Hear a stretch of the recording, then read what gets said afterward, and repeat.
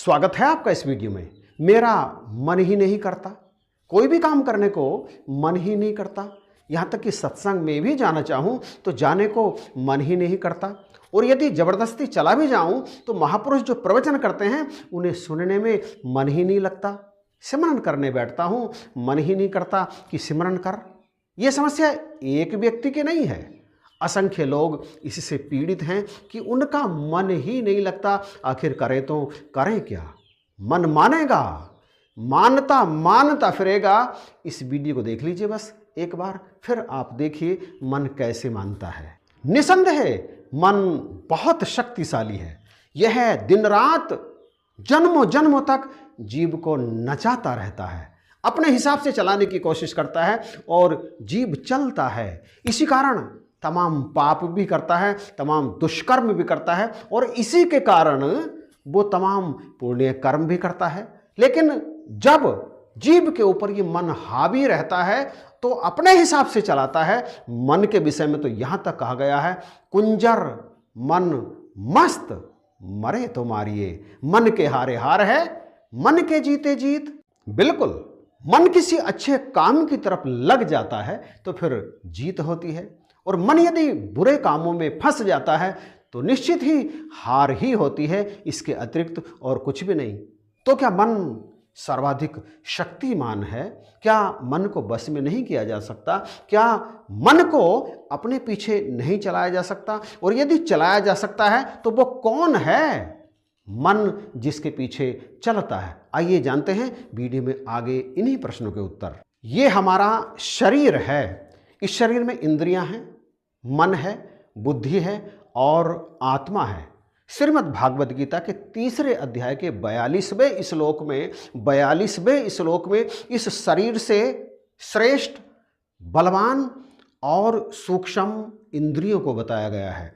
इंद्रियों से अधिक श्रेष्ठ, सूक्ष्म और बलवान मन को, मन से अधिक बुद्धि को, और बुद्धि से भी अधिक सूक्ष्म, बलवान और श्रेष्ठ आत्मा को बताया गया है। इसी अध्याय के 43वें यानी अगले ही श्लोक में अर्जुन को समझाते हुए भगवान कहते हैं, इस प्रकार तू बुद्धि से पर यानी सूक्ष्म, श्रेष्ठ और बलवान आत्मा को समझकर, आत्मा को जानकर तू बुद्धि के द्वारा मन को बस में कर।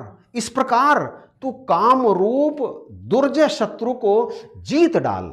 काम रूप यानी कामना रूपी, इच्छा रूपी जो दुर्जय शत्रु हैं उन्हें तू बुद्धि के द्वारा मन को बस में करके मार डाल। यानी बुद्धि के द्वारा मन को बस में किया जा सकता है, ऐसा कहना है भगवान का। तो कर्म कौन करता है? कर्म करती हैं इंद्रियां। मन इंद्रियों को आदेश देता है, बुद्धि अच्छे और बुरे का निर्णय करती है, और उन सब का कंट्रोलर है इस शरीर में रहने वाला हमारा आत्मा। अब चूंकि मन को तो महाशक्तिशाली कहा गया है ना, और इसमें तो कोई दो राय है ही नहीं कि मन महाशक्तिशाली है। मन जैसा चाहता है इंसान वैसा ही करता है। इंसान का मन यदि अच्छे कार्य करने को करता है तो फिर वो अच्छे कर्म करता चला जाता है, और यदि इंसान का मन बुरे कार्यों में लिप्त हो जाता है तो फिर वो बुरे ही कार्य करता चला जाता है। कुंजर मन मत मरे तो मारिए। कैसा बताया गया है मन को? एक मदमस्त कुंजर की तरह। कह रहे हैं कि मरे तो मारिए। क्या मदमस्त कुंजर के पास जाकर के उसे मारने की कोई हिम्मत कर सकता है?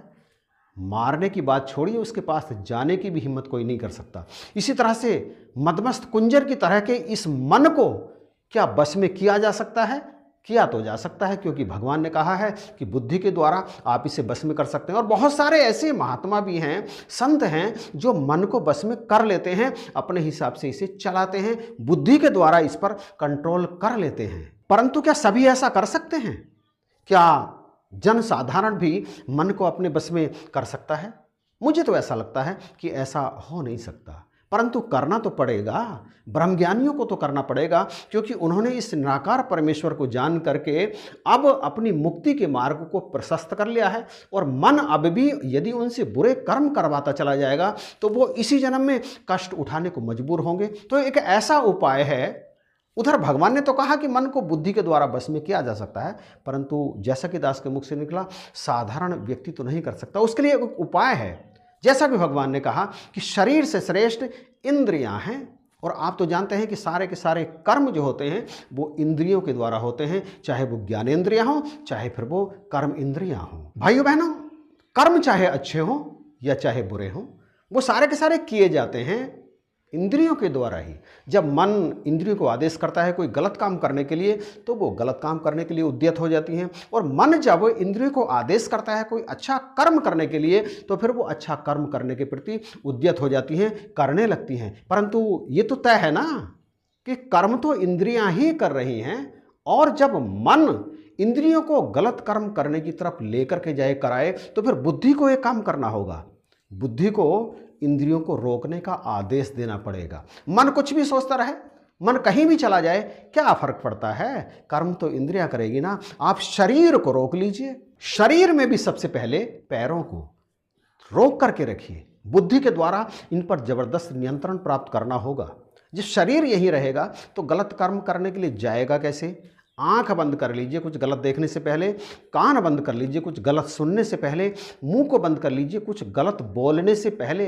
यानी कर्म इंद्रियां जितनी भी हैं, आप इनको गलत कर्म करने से रोक लीजिए।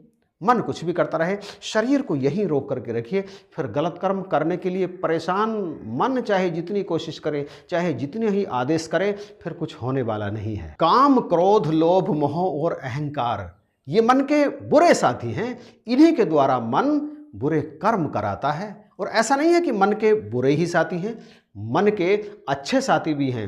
प्रेम, नम्रता, दया, क्षमा, सहनशीलता, करुणा, वैराग्य, ये मन के अच्छे साथी हैं। जब जब ये मन के साथ होते हैं, वो पहले वाले जो बुरे काम, क्रोध, लोभ, अहंकार हैं, ये पास भी नहीं फटकते। तो निश्चित ही यदि हम प्रेम, दया, करुणा, सहनशीलता, नम्रता और वैराग्य को अपने जीवन में स्थान देंगे, इनका अधिक से अधिक पालन करेंगे, तो वो जो बुरे साथी हैं ना, वो धीरे धीरे धीरे धीरे दम तोड़ते चले जाएंगे। और जैसे जैसे वो दम तोड़ेंगे, वैसे वैसे मन बुद्धि के बस में होता चला जाएगा, और फिर मन या इस शरीर से कोई भी गलत कर्म नहीं होगा। तो बख्शिश करो, कृपा करो। ये वीडियो आपको कैसा लगा, इस विषय में, इसके बारे में आपकी राय जानने के लिए उत्सुक रहूँगा।